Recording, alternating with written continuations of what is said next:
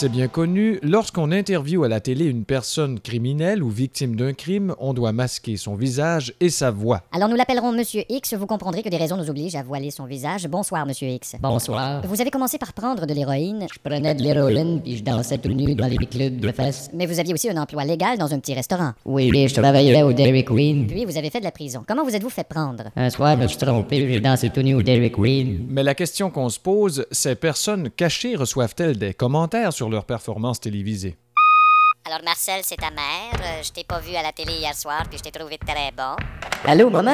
Ah, t'es là, bonjour. Comment ça va? Ça va bien. Les techniciens qui ont la charge d'ajouter ces effets spéciaux n'ont pas le droit de se tromper. Pouvez-vous nous dire à quel moment cette consommation de drogue a commencé à s'aggraver chez vous? Ben, Oh shit. c'est-à-dire, Roger, t'as pas mis les fesses à la bonne voie. j'ai commencé à me shooter dans les lobes. Vite, eh oui! Mais on n'a pas toujours bénéficié de cette technologie. À une certaine époque, on devait cacher les invités derrière une porte. Alors nous l'appellerons Monsieur X, et pour des raisons que vous comprendrez, nous c'est pas, ça va pas voir sa face. Alors, Monsieur X, quand avez-vous commencé à sniffer? Ben, quand j'étais petit gars, je prenais du Cracker Jack. Plus je vieillissais, moins il y avait de Jack. Et à l'époque, à force de se faire interviewer de cette façon, ça finissait par déteindre sur leur vie privée.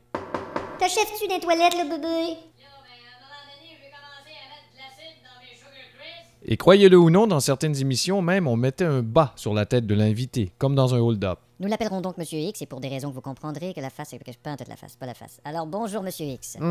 Expliquez-nous comment vous avez commencé à séquestrer les gens. Bon, qu'est-ce que c'est ça, là? T'as dit de mettre un boss à la tête. On met pas un bas de laine faire du ski. Ben là, c'est tout ce qu'on avait, là. Autre question qu'on se pose, ces invités mystères se fréquentent-ils entre eux? Ah ben, Roger, mon talent. Hey, Marcel, mon Dieu, toi. Comment ça va, mon rêve? Ça va bien?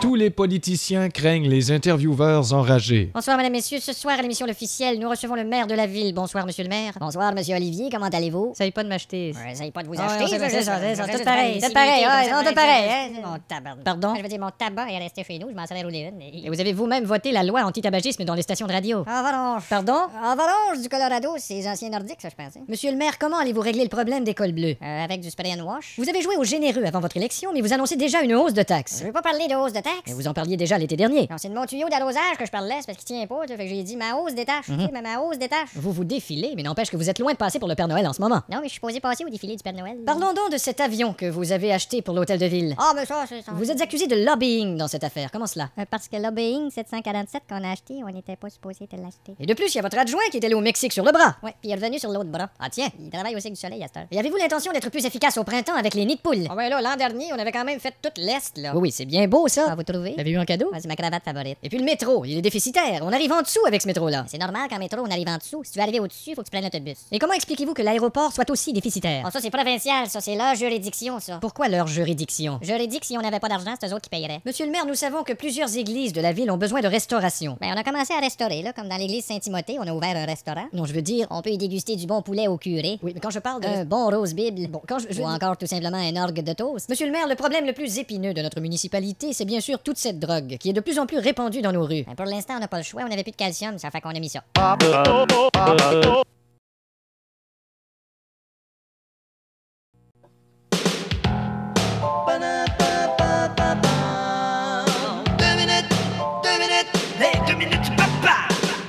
Comme nous l'avons déjà dit, lors d'une entrevue télévisée ou radiophonique, une personnalité politique n'a aucune chance. Bonjour, monsieur le ministre. Bonjour, monsieur. Non, oui, c'est beau, c'est beau. Alors, vous avez déposé votre budget récemment et la réaction est plutôt négative. C'est-à-dire que c'est sûr que lorsqu'on dépose un budget, le but est de satisfaire le plus de citoyens et citoyennes, surtout les doyens et doyennes qui n'ont pas les moyens, les moyennes. Et finalement, tout cela ne mène à rien, mène à rien. Vous savez, quand un ministre dépose un budget fédéral, il y a toujours quelqu'un qui crie... Surtout quand il le dépose dans son compte personnel. Voilà, Vous aviez promis une baisse d'impôts pour les particuliers. J'ai pas vu ça dans votre budget. J'avais pas promis une baisse d'impôts pour les particuliers. Ah non, alors écoutons ici un extrait de votre discours électoral. Je promets une baisse d'impôts pour les particuliers.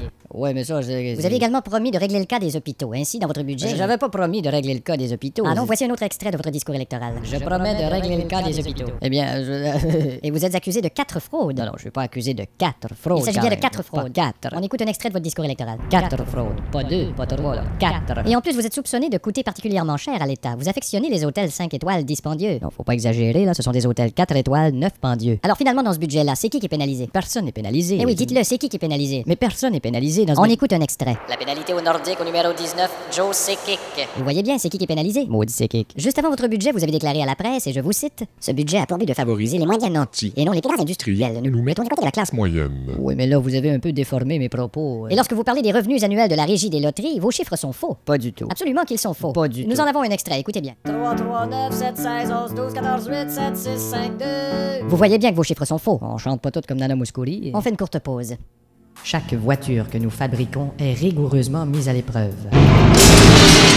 La nouvelle Turota Cœur me le va, livrée telle qu'elle. Le secret de nos cafetières, c'est que nous les essayons. La cafetière Brown.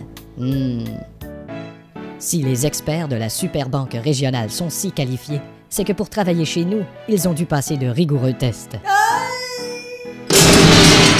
La Superbanque régionale. Alors nous sommes de retour, monsieur le ministre. Oui. Un journaliste a mis la main sur une facture selon laquelle vous avez nolisé un avion pour faire transporter vos affaires personnelles de Sept-Îles à Ottawa lors de votre entrée au pouvoir. Bon, alors c'était...